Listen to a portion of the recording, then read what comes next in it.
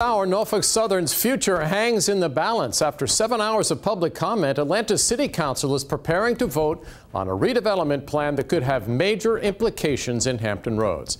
That is our top story this Monday night. Thanks for staying up. I'm David Allen. Right now in Atlanta, city leaders are discussing amendments to the plan before voting. If the vote moves forward, it's likely Norfolk Southern will move its headquarters out of Norfolk to Atlanta, taking 1,000 jobs from Hampton Roads.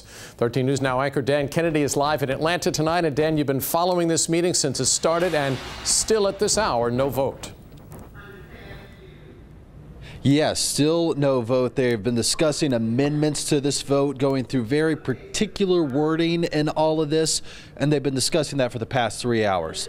They are now behind me at these closed doors, still discussing that. Just to give you an idea, this meeting started at 1 o'clock this afternoon. It was lunchtime. This 5-story City Hall building was bustling with workers. Lights were on in the offices. This fountain was turned on. It was a busy area. And now you fast forward to 11 p.m. in the evening, and it is empty. Offices are dark, and the only people left here are really just city council members and a few citizens who are concerned with the vote and waiting to see what exactly happens, though their crowd has started to thin out as well. Now, as you mentioned, it all goes down to the Gulch, which is 40 acres of undeveloped land in downtown Atlanta, and the public financing portion of almost $2 billion on the line to sell and develop that land.